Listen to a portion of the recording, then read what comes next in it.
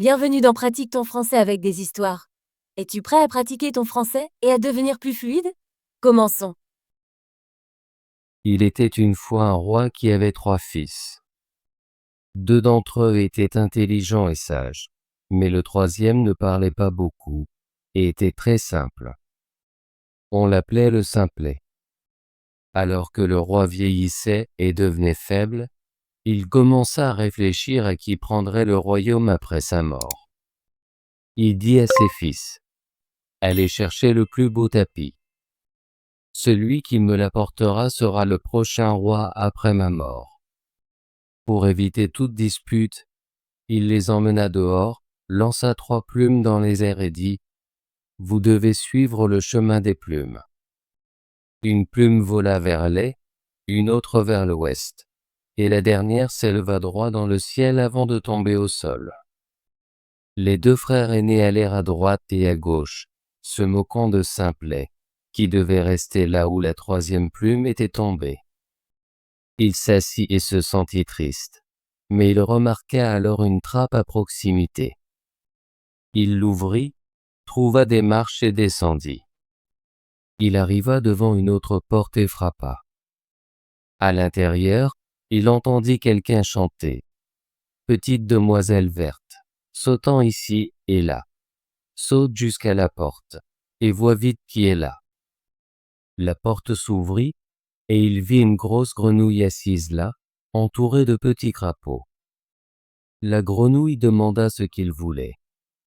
Il répondit, « Je voudrais le plus joli et le plus fin des tapis au monde. » La grenouille appela alors un jeune crapaud et dit, « Petite demoiselle verte, sautant ici et là, saute vite et apporte-moi la grande boîte ici. » Le jeune crapaud apporta la boîte, et la grosse grenouille l'ouvrit.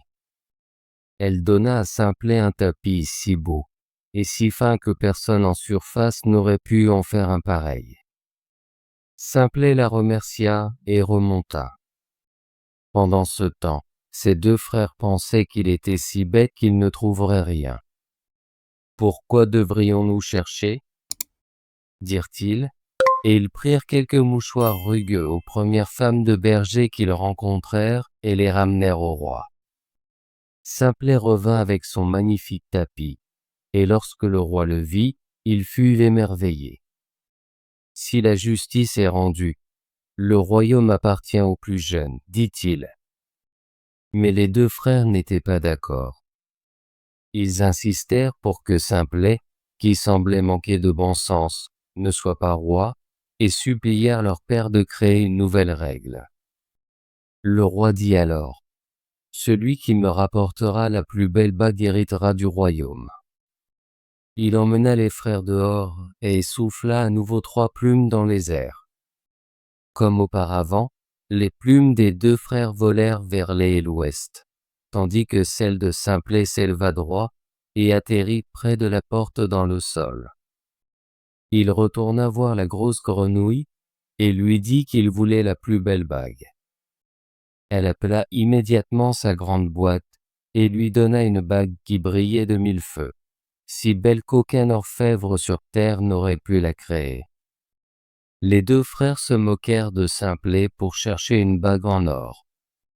Ils ne prirent même pas la peine de chercher, et prirent plutôt une vieille bague rouillée d'une carriole pour l'apporter au roi. Mais lorsque Simplet montra sa bague en or, le roi déclara encore une fois, « Le royaume lui appartient. » Les 2 frères continuèrent à harceler le roi jusqu'à ce qu'il accepte un 3e défi. Celui qui ramènerait la plus belle femme serait roi. Le roi souffla à nouveau les plumes dans les airs, et elles volèrent comme auparavant.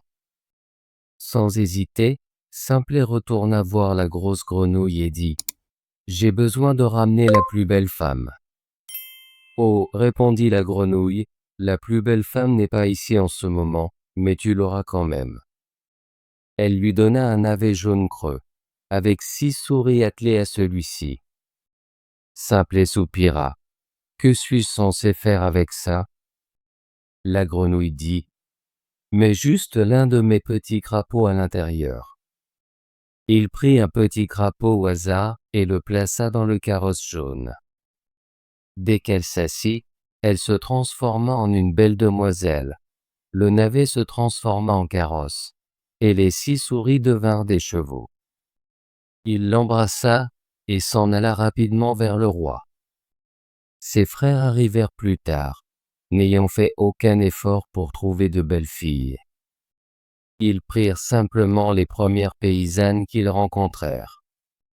Lorsque le roi les vit, il déclara : « Après ma mort, le royaume appartient à mon fils cadet. » Mais les 2 frères ne s'arrêtèrent pas là.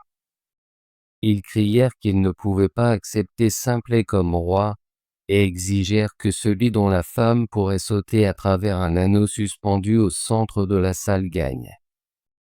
Ils pensaient : les paysannes peuvent le faire facilement. Elles sont fortes, mais la délicate demoiselle échouera sûrement. Le vieux roi acquiesça. Les 2 paysannes sautèrent à travers l'anneau, mais elles étaient si lourdes qu'elles tombèrent et se cassèrent les bras et les jambes. Puis la belle demoiselle que Simplet avait amenée sauta à travers l'anneau avec la grâce d'un cerf, et tous les débats durent cesser. Ainsi, Simplet reçut la couronne et régna sagement pendant longtemps. Bravo! Veux-tu pratiquer ton français et devenir plus fluide? Abonne-toi et active la cloche de notification pour ne manquer aucune de nos histoires françaises gratuites. À bientôt dans la prochaine vidéo.